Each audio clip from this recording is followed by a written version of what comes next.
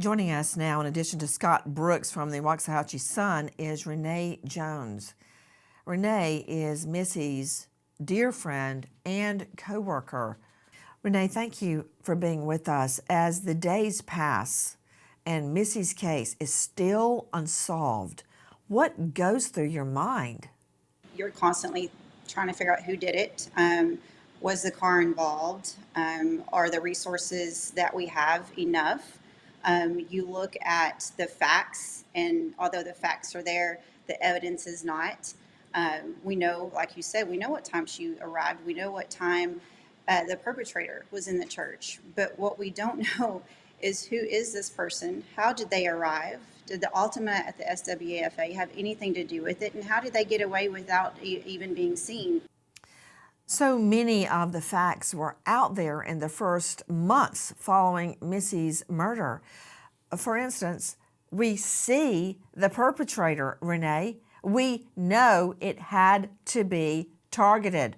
Who else would be in the Midlothian church at that time of the day dressed in this getup? Obviously not looking for anything to steal, just wandering around until, bam, they nearly collide with Missy Beevers and then stab her dead. It's so obvious to me, Renee, and we've looked at all the usual suspects, many of them ruled out. Who is this person, Renee? Do you believe it's a man or a woman? My gut kind of tells me it's a woman, and I tend to rely on that a lot. But at the end of the day, it could be a man. You know, it's really tough. Joining us is forensics expert Joseph Scott Morgan, professor of forensics, Jacksonville State University, author of Blood Beneath My Feet on Amazon, and star of a hit series podcast, Body Bags with Joe Scott Morgan. Joe Scott, you and I have pored over the evidence in this case.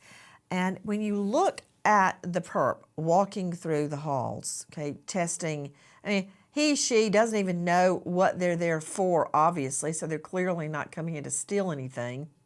I mean, who singles out the Creekside Midlothian Church at 4 o'clock in the morning, for Pete's sake? I guarantee you what they're looking for is, where is Missy Beevers going to have her indoor class? That's what they're looking for. But the person is slew-footed. In other words, without deviation, the right foot goes outward with every step. We know the height. We know the approximate weight. We know that this type of murder is typically committed by a man. We know it's got to be somebody within that area or arranged by someone in that area. Joe Scott, what more can be done, for Pete's sake?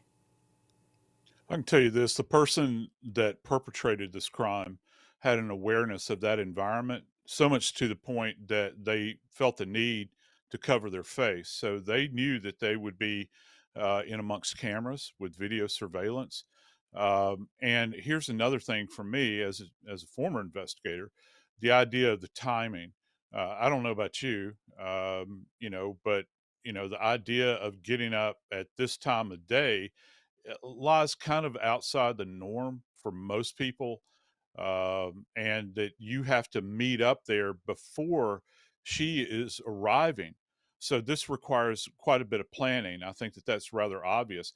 And just to get this rig on that this person has, however they went about purchasing it, however they went about acquiring it, is going to be time consuming as well. Did they do it out in the parking lot? Did they do it at home in the safety of their home so that they could just hop in the car and go? I think that those are big indicators here.